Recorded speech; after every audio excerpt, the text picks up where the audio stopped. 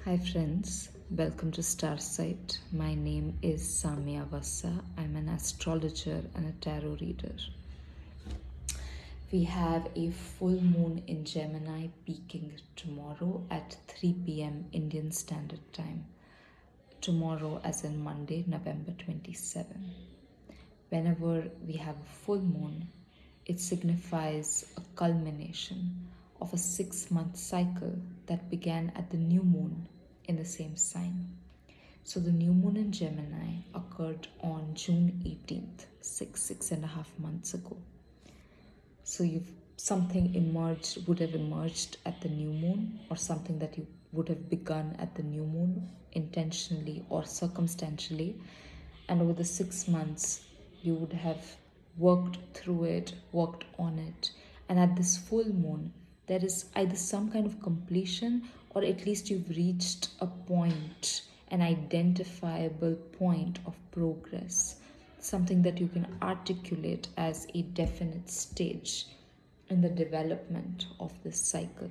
Even if you're going to continue working on that thing, let's say you started writing a book at the new moon in Gemini, it doesn't mean it has to end tomorrow or around tomorrow, but something would occur around this time for you to feel, okay, I've written half of it already, or oh, I'm finally on the right path, or oh, there is interest from a publisher, or oh, like now I know how it's going to end. So there is something, some identifiable point of, okay, this that you will see around this full moon. Maybe not exactly tomorrow, but strongly a couple days around the new moon, and then broadly over the next 15 days. Okay. So, what I want to do in this talk is I want to talk about an aspect of the new moon in June and an aspect of the full moon tomorrow, and use significations of those aspects to help you make sense of the journey that you have undertaken in these 6 months, especially in the Gemini part of your chart. So for this talk, it will be helpful if you know what house topics correspond to Gemini in your chart. If you don't know what that is, you can share your rising sign in the comments, and I'll help you identify what topics are most relevant to you in relation to this talk. Now, as always, if this talk feels completely alien to you, this is not my experience at all, that's fine. Don't make it fit. You want to use astrology only to deepen your sense of what you're going through. You want to use astrology to help you ask different questions of your experience. If that occurs through this talk, great, just use it. But if you feel like, well, this is none of this is making any sense to me, if none of this is speaking to what I went through, just let it go. Don't try and make it fit. Okay. New moon in Gemini. The moon and the sun were squaring Neptune in Pisces. 10 days after the new moon, Neptune was going to station retrograde in Pisces. I'm going to talk about that.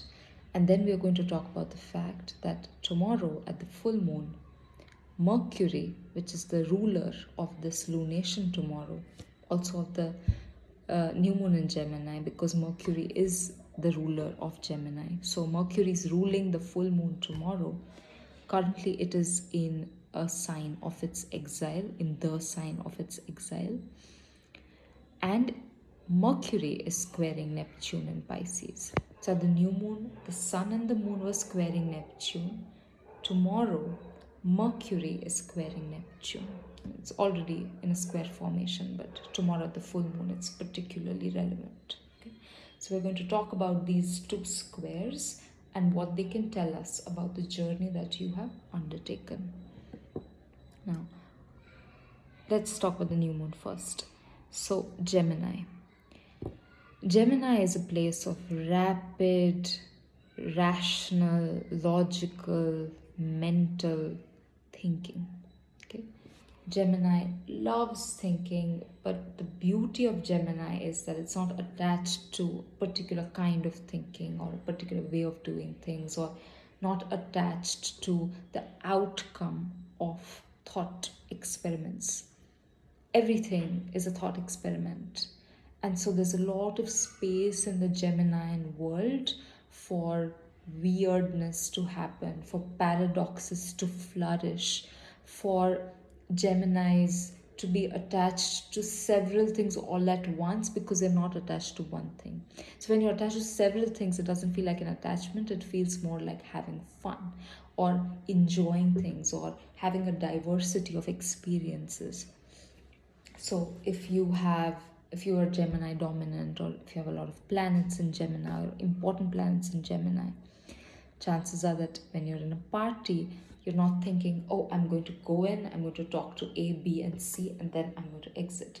Chances are that you're just going to go there and see what happens. And you'll talk to friends, and you'll talk to strangers, and you'll go eavesdrop on someone, and you'll stand in a corner, and you'll stand in the center of it. And you'll just do whatever feels good in the moment and whatever allows you to explore that space and listen to people. Gemini is very curious about other people and about different ways of thinking and different ways of processing data. Gemini is very open. Let all different kinds of data flow in, which is its strength.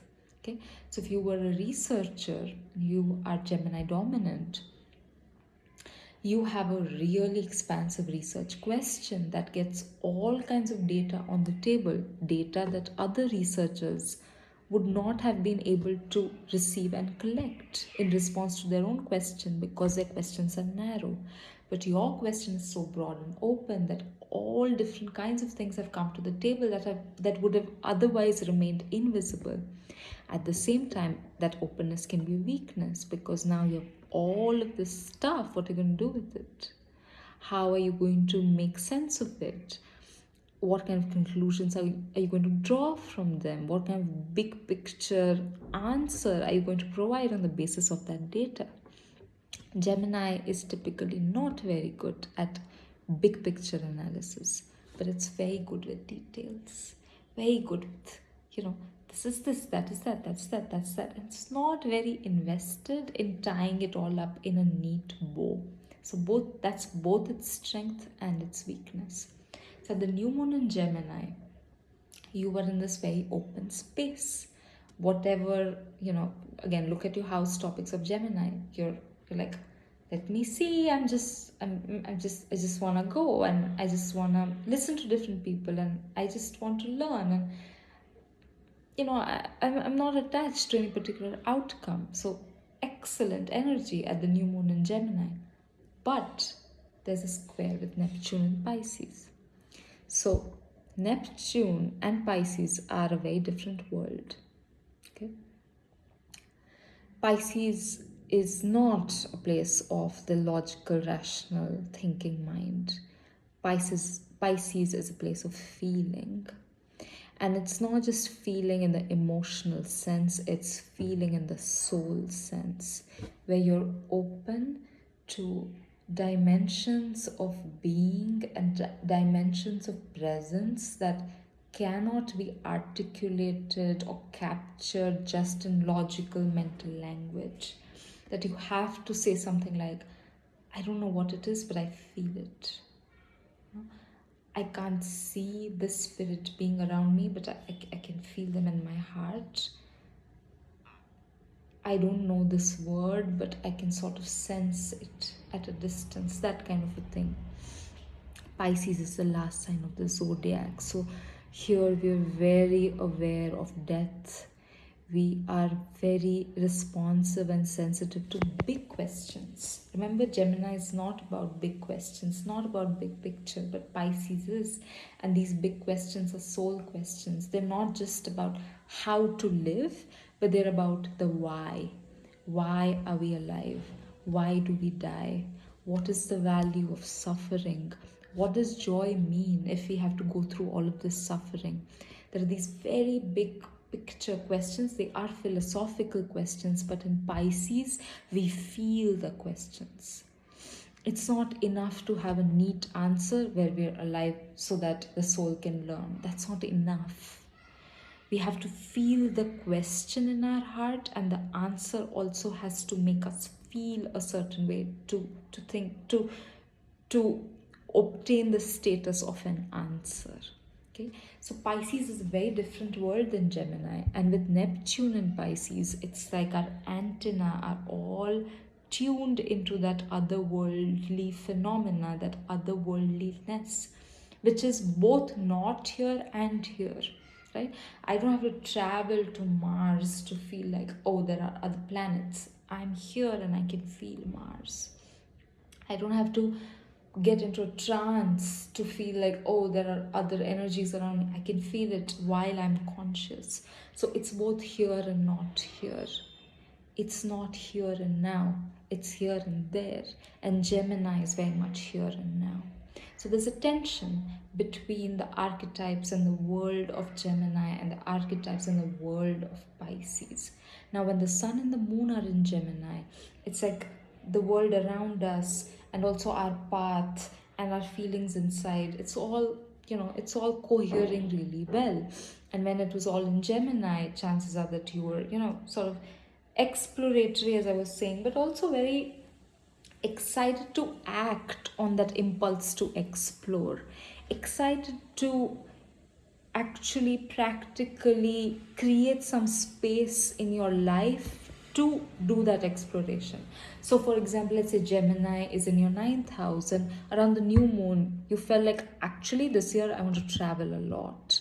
And so then you were at the new moon perhaps looking for deals, or you were looking at possible trips that you could take, you were figuring out your finances, you were figuring out how much time you can take off work, you were figuring out the balance of your responsibilities. So you were in an exploratory mood, but also you were in a practical mood. Pisces is not practical. Okay, so with the square to Neptune and Pisces, it is possible that something came into your awareness around the new moon in Gemini that felt really hard to integrate, because it seemed to have come from these other dimensions that you can't really see or fully understand.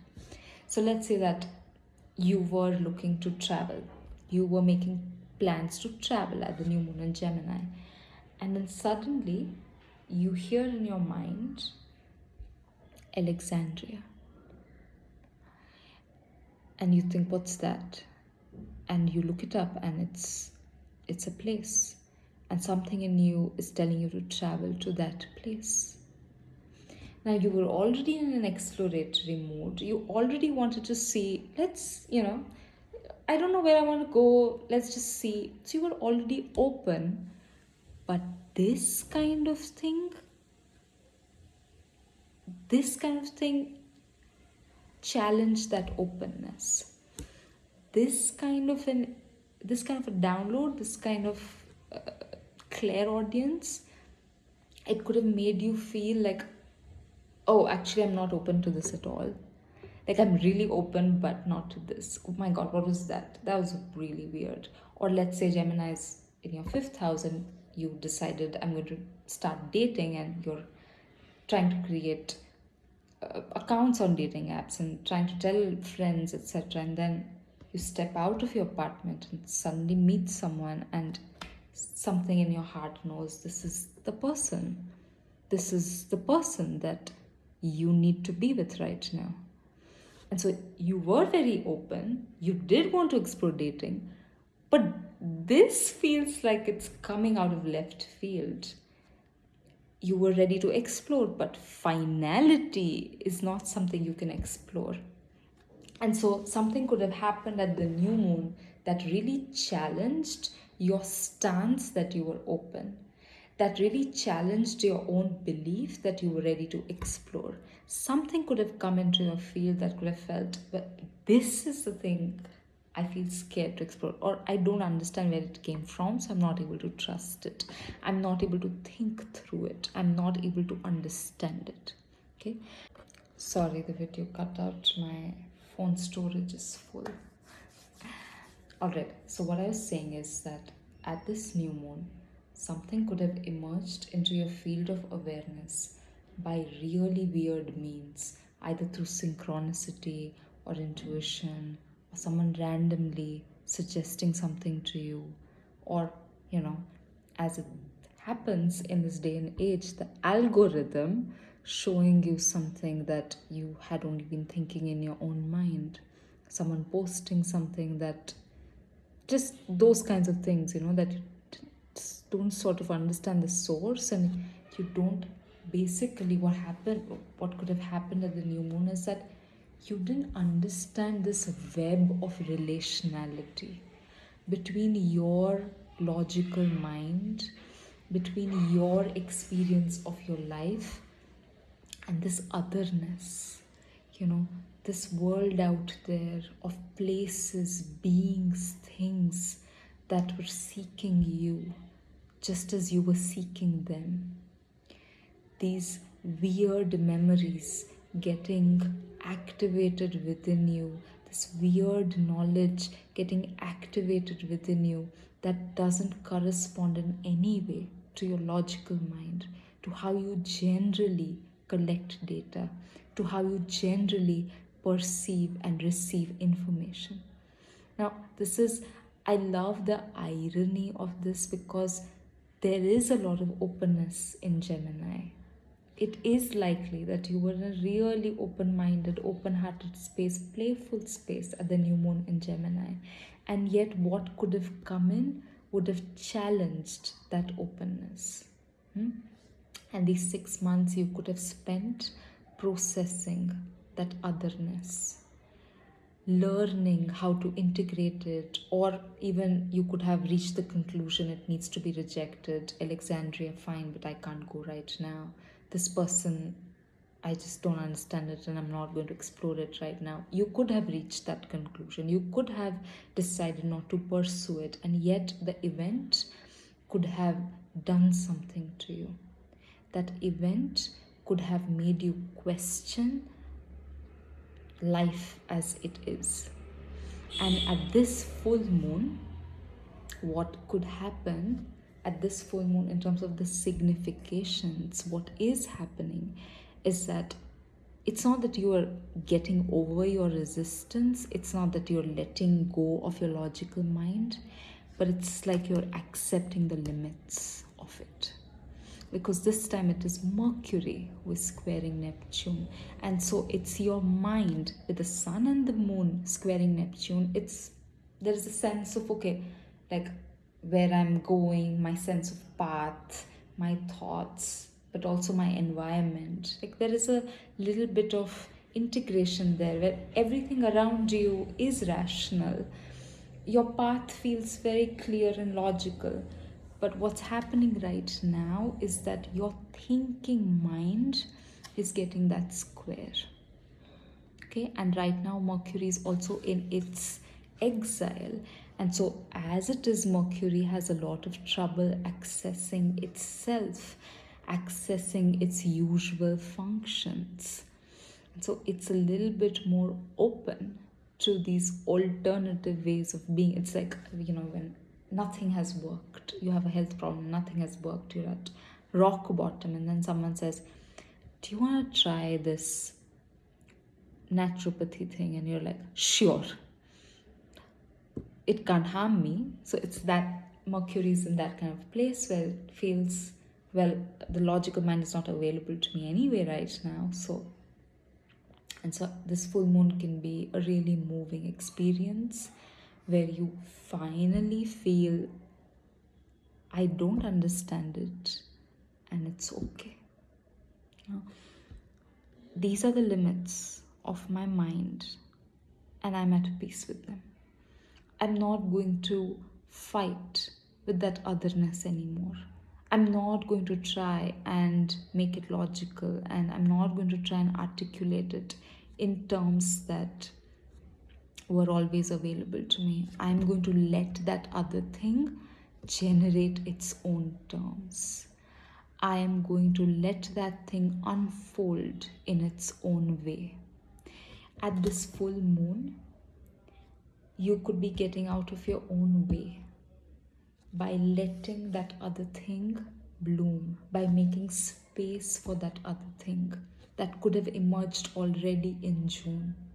Okay, this is the important bit of the story. This is going to be your story. If these coordinates get mapped, which is that something has already emerged, something other has already emerged in June, and you've spent your time processing it, then it's likely that around this full moon, you're sort of reaching a point of both exhaustion and surrender.